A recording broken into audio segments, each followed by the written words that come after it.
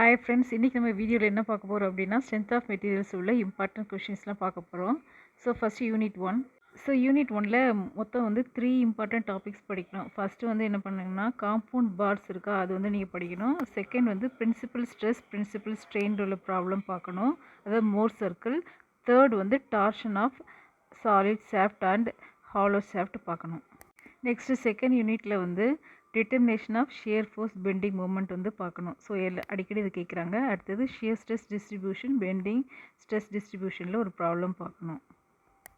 So shear force bending moment வந்து simply supported beam cantilever பீமுக்கு UDL இல்லாட்டி point load இந்த மாதிரி ப்ராப்ளம்ஸ் பார்த்துக்கோங்க.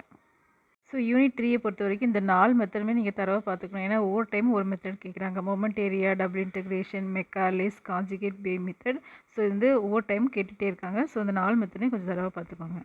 நெக்ஸ்ட் யூனிட் 4ல் பார்த்தீங்கன்னா இதுவும் அப்படி தான். The theorem of 3 moments fixed beam continuous பீமில் ப்ராப்ளம்ஸ் வந்து அடிக்கடி கேட்குறாங்க. ஸோ இந்த டாப்பிக்லாம் பார்த்துக்கோங்க.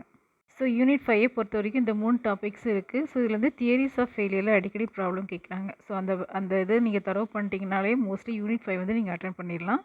So remaining thick cylinder share சென்டரும் பார்த்துக்கோங்க. That's all. தேங்க்யூ ஃபார் வாட்சிங். If you like this video please subscribe our channel.